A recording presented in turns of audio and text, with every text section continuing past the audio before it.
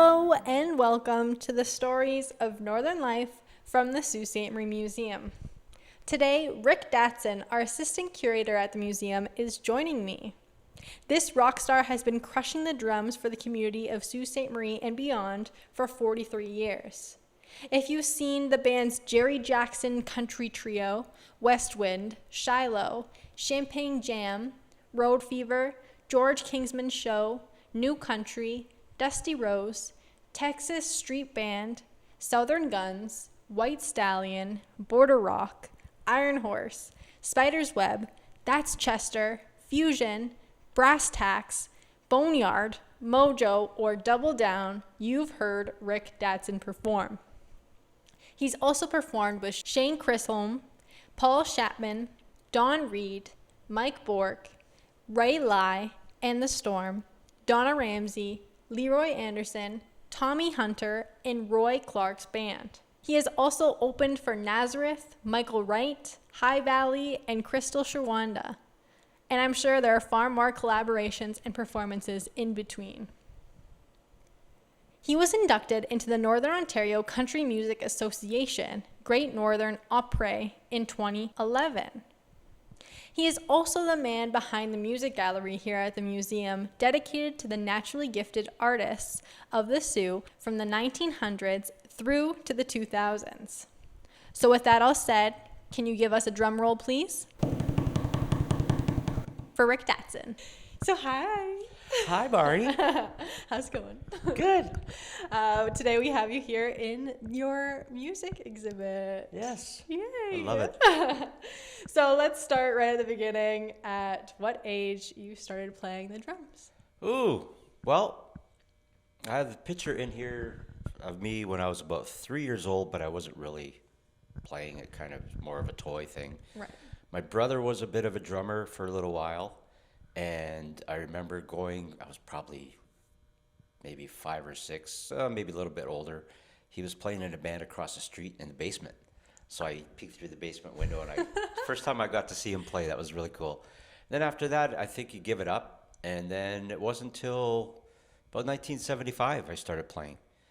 But I didn't have drums until 1980, I think. Wow. So I was air drumming for about 5 years, banging on pots and pans and little buckets of different levels of sand and chairs, whatever I could beat on.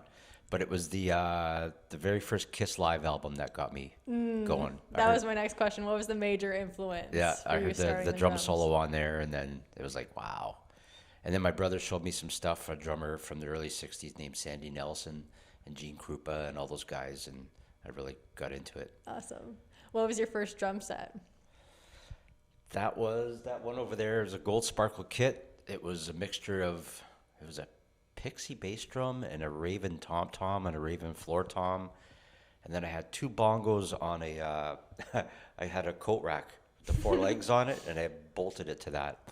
And then I didn't have any cymbal stands. I had 1 cymbal stand. It was actually a music stand with the little slot on top where you slide the thing in.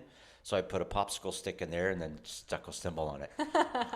You got to make do with what you got, right? Definitely. I paid $25 for that first kit, and we carried it home from Cora Collegiate all the way back to where I lived on First Avenue. Crazy. Yep. So did you ever take lessons, or are you all self-taught? All self-taught. Yeah. Yep.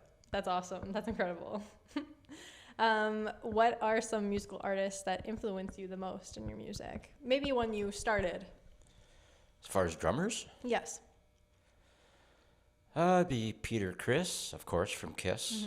Mm-hmm. Sandy Nelson. All the albums that I bought back then to play along with. That would be like Queen and Thin Lizzy and Alice Cooper. Just trying to think of all the old albums I used to have. Billy Cobham, he was an amazing drummer. I have a few of his albums. Any of the concerts I saw at the Memorial Gardens. Jerry Mercer from April Wine was a big influence. I used to see them at the Gardens all the time and go watch his big drum solos. And yeah, there's bands like that, Triumph and Max Webster. Whoever came to the Gardens, you go see, and it was just a great influence under the lights. You know, you want to be a rock star one day, so. Definitely. Yeah, it's cool. Yeah. So what was your very first gig? Oh, that was at the New Toronto Hotel. Cool. Do In you the, remember like what songs you played? Actually, I have a recording of that. It was all old country. It was me, a guitar player, and an old keyboard, like a organ with a like big Leslie Wow. speaker. Yeah, the thing was heavy. I hated it.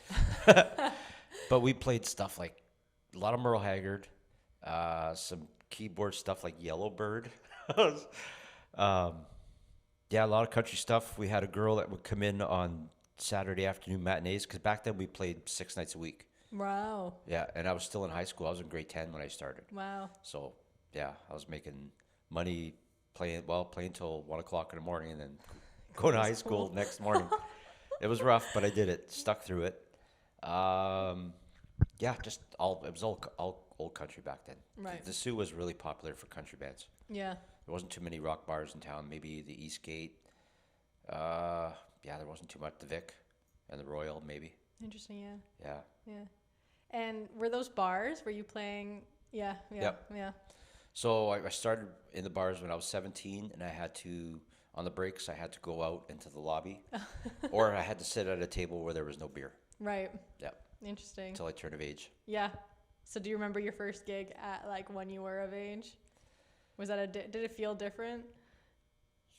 No, because I wasn't drinking anyways. Yeah. I couldn't drink and play, Yeah. so it didn't really make a difference. I was just able to sit Sitting and talk to more people.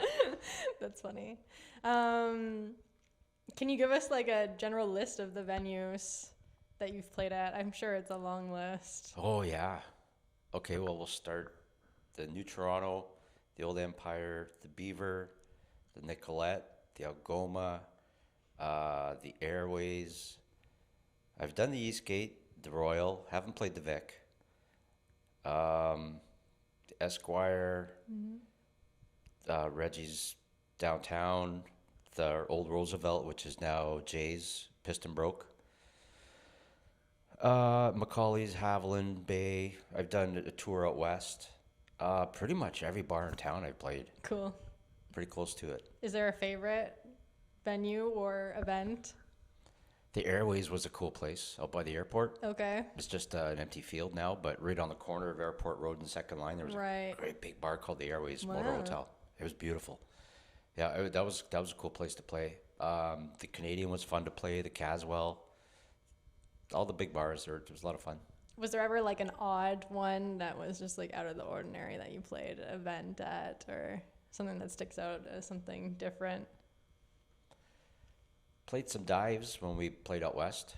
Some bars that you don't want to go back to ever again. There was one bar we played. I think it was in Saskatoon.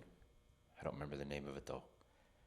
But it was full of criminals and prostitutes, and I think somebody tried to set the place on fire 3 times that week when we were there. Yeah, it wasn't a good place. That's crazy. What was the name? I can't remember the name of it. Probably blocked it out of my head. Never go back there again. Well, I watched your YouTube videos on your career. Oh, cool. I watched most of them. So I saw that you played on like the Canadian Sulak tour boats, the Yeah. Chief Shingwak. Yeah, Like done that that must have too. been interesting. That was playing fun. on a boat. You also played in a lot of parades. Yeah. So lots of moving A few parades. and moving sets, I guess. That's pretty interesting. I'm sure that's different to play on as well. On a moving, yeah. Yeah, you got to make sure everything's kind of tied down or not going to fall. Yeah. So how many drum kits have you owned throughout the years, and how have they evolved? I think probably just about 10, maybe just over 10 kits I've had since I started. I'd have to sit down and count them, but right now I have 4. Wow. Yeah. Hard to get rid of them, I assume. Well, no, I had one kit for many, many years, like one at a time, and then it just the last 5 years, it was I saw another kit that I really wanted, and then I can afford this one now because it's cool, and then and I just ended up keeping them. And do you have like one out, or do you have all of them out to practice and play on? I have my one practice kit that I keep set up at home, and it was a kit that I owned in the 80s, and a guy had it for about 15 years in his garage, just in cases. Wow. He bought them, never played them. Well, he played them for a while, then he put them away. Then he sat in his garage for about 15 years, and I ran into him one day, and he said, "Hey, you want those drums back?" I said, "Yeah, sure." So I got them back, and I used those to practice on. And then the other ones I bring to the bars, I try to switch them out. Okay. Yeah. Cool. Very cool. Play them when I can, because, I don't want them sitting in the basement doing nothing. No. How many bands or artists have you played with? Do you know? How many bands have I played with? No idea. Lots, eh? Yeah, I can give you a list, though, Yeah. later. A little list. It was a lot. Mostly country up till the 2000s, I think. Okay. Yep. Because that was my next question. How has your music evolved throughout the years? I must assume as trends change. Yeah, it's gone from classic country like Merle Haggard, Johnny Cash, the simple stuff, up to like the 80s and 90s when country kind of changed a little bit with Garth Brooks and got more modern and poppy and stuff. And then country kind of went downhill, and I got into playing some classic rock bands. Yeah. Yeah. Very I've cool. always loved classic rock. That's what I played with at home. Yeah. And I'd go out and play country and make the money, but at home I'd play the Really? hard stuff, yeah. I love that. That's cool. So you're currently playing for a new band, Double Down. Can you share with us the initiation story for this band? The initiation story, like how it started. Yeah. Well, me and the bass player Brad left another band, and I just called a couple of guys that I knew were good people and good players, and they seemed interested, and we got together and had a meeting and decided what genre we wanted to do, and yeah, Awesome. picked some songs and started learning them and went from there. That's awesome. And what's the kind of music vibe of this band? It's a little bit of everything, no country, but it's kind of classic rock from the 70s up to pretty much modern stuff. Yeah. Awesome. Cool.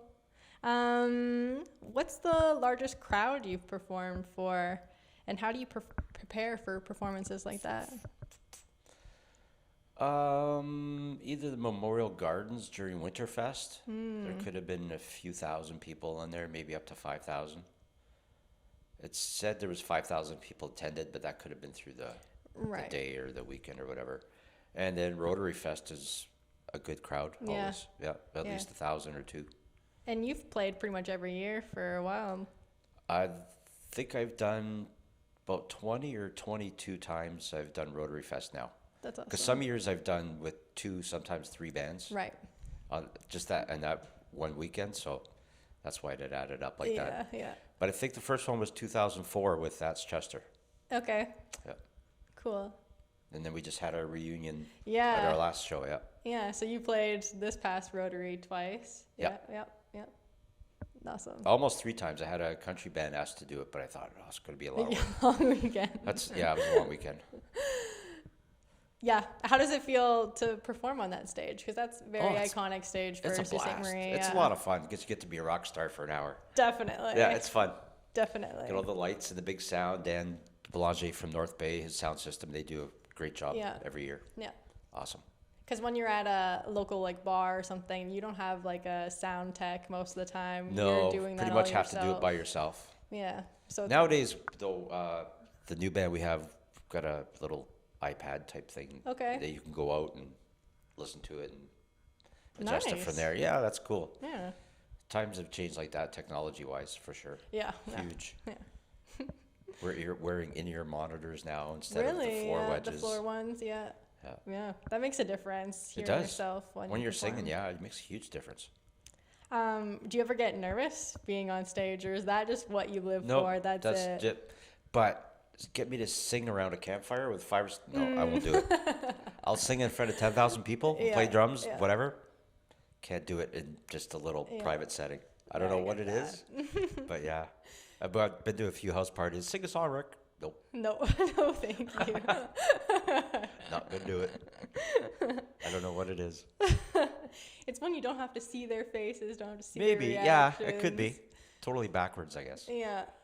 No, I felt the same as a dancer. Always on a bigger stage, the better. On a smaller Oh, really? stage, yeah. Okay, yeah. well, I'm glad I'm not the I only one think then. I think it's pretty normal. Okay, let's talk about recording. I think I know the answer, but have you ever published music?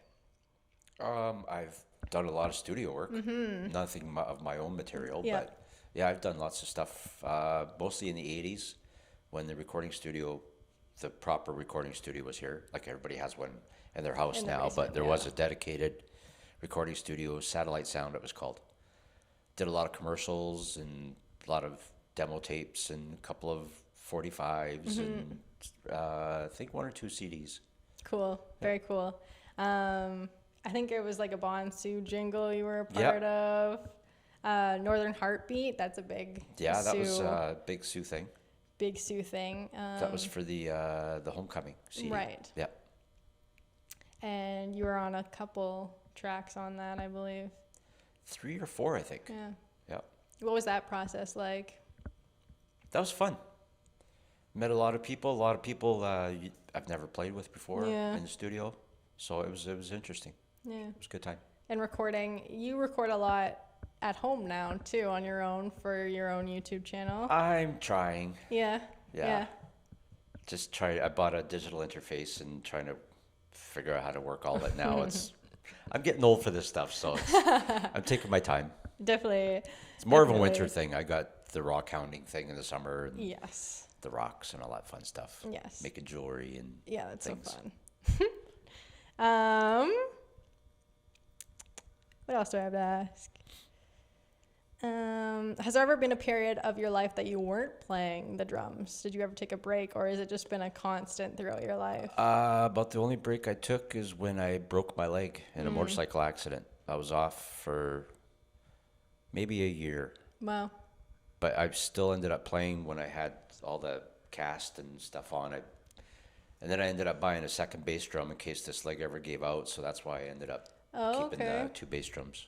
Interesting, yeah. Yeah. Yeah. Now I use a double pedal just to save carrying 2 bass drums. You could use just a cheater beater, they call it. Okay, So, yeah. cool. And, well, we took maybe almost a year off with this last band after Brad and I left the band. Oh, okay. We had to rehearse. We rehearsed for about a year, almost a year and a half, Yep.